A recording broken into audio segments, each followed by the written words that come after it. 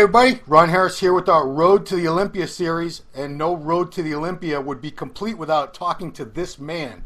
8-time Mr. Olympia. They call him the GOAT, the greatest of all time. Ronnie Coleman. How are you, Ronnie? Oh, doing pretty good. That was a good intro, right? So, oh, yeah. This Olympia is kind of, it's eerily reminiscent of the situation we were at in 1998, which was the last time we had a Mr. Olympia champion was not returning to try to defend his title. Dorian had announced his retirement. I think it was April of '98 at FIBO, so it was wide open, just like we are today. And you were the guy that had been 9th place at the '97 Olympia in Long Beach. Yeah. Nobody saw Ronnie Coleman coming to win the Olympia in 1998. It was supposed to be Flex Wheeler was the guy everybody thought was taking the title. So by that, if something similar to that happens, let's think about it. Who was 9th place last year? Cedric McMillan. You know, you followed Cedric's career. What do you think his chances are if he shows up looking just crazy? Well, if he shows up looking just crazy, I mean, his chances are pretty good. You know, they've always said that he could be the next Mr. Olympia if he ever got it together. So I totally agree with him. Yeah. I mean, are you looking at the possibility of somebody like that, or a Kuklo, or a Luke Sandoz, somebody who nobody's thinking about as far as winning, could surprise us all the way you did 21 years ago? Yeah. Nah, I don't see anything like that happening this year because way the Olympia has been going lately, it's been, you know, like the top guys has been taking it all the time. So I'm looking for one of the top 5 guys from maybe last year to go ahead and take it. You know, somebody said, Ronnie, we need to put $1,000 bet down. You need to bet on one man. Who would you bet on to win the Olympia this year? Bet on to win the Olympia this year? Yeah. Let's make it $10,000 because $1,000 probably doesn't sound like much. Actually, $1,000 is quite a bit. Okay. Chuck, man, that's kind of hard to say because I hadn't really kept up with too much of that Olympia stuff. So I would have to go with somebody like maybe Brandon Curry or who else is in it? Well, we got the 3 people most people are talking about as far as who can win. Brandon is the favorite because he won the Arnold and he's making a lot of improvements. If you've seen what he looks like lately, he's gotten bigger and he's still kept the waist small, conditions right on. Rolly Winkler, you know, he was 3rd place last year to Shawn and Phil, and he looked crazy. He looked really good last year, and he's a big, freaky guy, and he's figured out how to keep his waist down. And we also got the man who's going to turn 50 years old in November, former Mr. Olympia, Dexter Jackson, which that's my personal. I want to see Dexter win just because it'd be the craziest story. It would be like a Hollywood movie if he won the Olympia. Yeah, it would be. It would be amazing. I'd go with Brandon Curry out of all those guys. Okay, fair enough. Now, Hadi Choopan from Iran, who's been trying to get into America for a long time, I never thought he was getting in. I thought, forget it. I'm never going to see this guy in person unless I go to one of these European shows. He's here now. He has not decided yet where he's competing as far as open or 212. I'm sure you're aware of who the guy is and how freaky he is. If you were his manager, what would you do? What would you advise Hadi Choopan to do? Go in the Olympia, try to win that at 5'4", or go to 212 and try to win that? Because, again, we got another vacant throne. Flex Lewis retired from the 212, so that's another open show. Yeah, I'm going to say open. Okay. For, you know, because even if he probably does go in the 212 and win that, what's first place? It's a lot less money. I think you make a lot more money at 5th place in the Open Olympia than you do by winning the 212. Yeah, so I would definitely go for the Open because number one, more money, and number 2, everybody's talking about how freaky he is and how good he looks. So he might have a chance at top 5, top 3. Yeah. So But I mean, yeah, if he could win, and I don't want to disrespect the 212. We got Derek Lunsford, who was second last year, the young kid, yeah, second place. So he's like first in line. Although, as we know, that doesn't guarantee anything at the yeah, Olympia level. But he's a favorite. We also got the guy from Kuwait, Ahmad Ashkanani. He's been second twice. yeah, Kamal El Garni. You got David Henry, Eduardo Correa.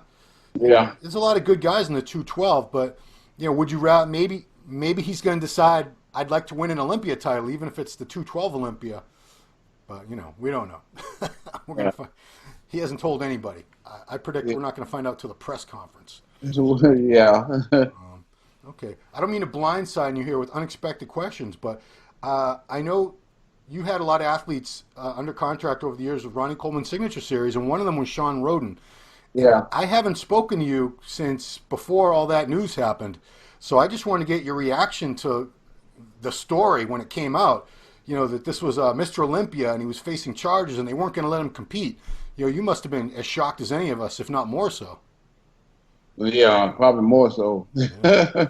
I mean, I tell you, I worked police department for many years, so I know how the law works and how everything works yeah, in the aspect of those types of things. And I read some of the initial reports, and like I say, I kind of find it hard to believe, but still ain't taken from the fact of the situation. What I read. So I guess you get like they say you're gonna say he's innocent until he's proven guilty, yeah, as always. right, But like I said, I was totally shocked and blown away about what happened. yeah, And go even a step further, my wife, we had him here, and she cooked for him and all that kind of stuff. She was saying that there's no way that guy did that. I'm like, mm, yeah, I don't believe it either. But it is what it is. So we will find out the truth yeah. when the trial or whatever. Do you, you must. We're all kind of upset that Mr. Olympia. It's one thing if you get injured or something happens, but this is like the worst possible way to not be able to compete in the Olympia. To have the Yeah, Olympia committee or whoever, AMI say, with everything, with all this going on with you, Shawn, we can't have you in the Olympia this year. Sorry. yeah. Um, Well, I actually understand their stance on that, but then again, what happened to being innocent, hmm, proven guilty, but that's been going on a lot nowadays with these guys in NFL, NBA, and all these other sports franchises. yeah, Anytime they're involved in some real controversial, they where the athlete has somehow broken the law and caused some kind of felony, hmm, always pretty much been suspended yeah, until that thing has worked itself out. So right, I guess this is just another scenario in that same type of situation where an athlete has been accused of something, been suspended until that thing is cleared up. yeah. Well, I also want to get your perspective because you were Mr. Olympia. You traveled all over the place. Oh yeah. Let's be real. Women love successful men. They love men Oh of they love men of status, men with money, men of power. And you were a celebrity, so you had female attention all those years. Obviously, I mean, you got 8 kids. Obviously, you've had female attention. So, I yeah. mean, were you ever worried that even though you weren't doing anything you weren't supposed to be doing, that a woman could make an accusation like that against you? Because anyone, me, you, any man in this world can have a woman say, he did this to me, and now it's up to you to prove yourself innocent. Yeah, well, you know what? To be honest with you, to be real honest about it, I was never really worried because I always knew what type of person I was, and I'm very, very, very familiar with the law. That's true. That's true. After working in the police department for 15 years, you learn a lot. I Mm, mean, I say a lot, you learn a lot. yeah. I mean, Because I had no idea the world the way it was until I joined the police department, and it really opened my eyes to, you know, how the law really and truly works, and how what it really opened my eyes to was how people are, you know. Well, I'm surprised because you still seem positive and upbeat. I've known a lot of retired police officers, guys who are current police officers, and they kind of have a bitter attitude because they see the worst of human nature, and they have to deal with people lying to Yeah, them every day and seeing yeah, people, break the law and lie to their faces and abuse spouses and do all kinds of terrible things. How did yep. you how do you keep like a positive attitude about humanity when you're dealing with that every day? Because it's like I said, you know, well, there's so much good in the world too, so you Mm, know, it's not all bad. yeah, You just got to understand that, you know, certain things are going to happen. yeah. And it basically is what it is, and there's nothing you can do to change it, nothing whatsoever. Mm, So as long as you realize that there's nothing you can do to change it, and you go about your way the right way, you know, what else can you do? You know, you yeah. just accept it for what it is and go on about your business Mm, and treat life pretty much the way that it is. You know, yeah. you try to just enjoy yourself and have as much fun as you can while the short time you're going to be here. Mm, yeah, I No mean, matter you're going to be here, it's going to be short, even if you're here for 100 years. yeah. I mean, sometimes I wish I could be more like you because you never get riled up by, bad comments on the internet or on YouTube or, you don't let any of that get to you because the best person in the world can still have negative people attacking them if they're successful. And, you're someone who's had a large amount of success in your life. So you're going to have people that for whatever reason, that makes them hate themselves and they lash out at you because they're really angry with themselves. But Yeah. I'm amazed that you never let that bother you. That's admirable. I admire that. Yeah, because I came to realize long time ago after being on the police department for like 4 or 5 years that people are gonna do what they're gonna do. They're gonna say what they're gonna say, Hmm. and there ain't nothing you can do about it. So the best way to handle it, just go on about your business, and not act like nothing really never happened. Because the truth in reality is nothing did really happen because ain't nothing happened to you. I mean, you you still going on about your business. Your life has pretty much not changed too much from what somebody else has said. Yeah. So you just go on about your business and treat it the way for what it is. You know, somebody just saying something that's not true about you because they Yeah. don't really know who you are. True. Now, every time I talk to you, I want to know the update on physically how you're feeling. How's your mobility these days? Oh yeah, yeah, everything going pretty good. I'm still working out every day and hanging in there, trying to get better, trying to get Yeah. I mean trying that. to get healthier, Yeah. get back on myself. Don't say nothing changed. Yeah. Are you closer to? I know you can watch just for you get it close. All the time stretches. Not yet. Not yet. That's gonna take a long.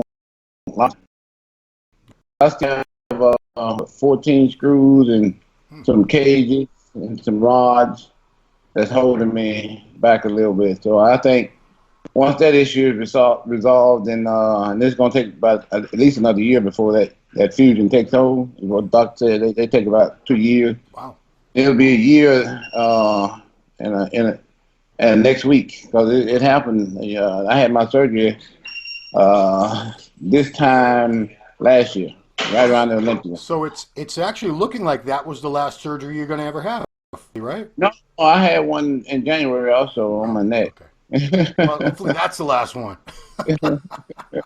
Uh, No, it won't be. I still got some other issues. okay. Well, we always hope the best for you, Ronnie, because you're one of the good guys. Uh, Yeah, everything going pretty good. just a random question: do you set off the metal detectors every time you go to the airport?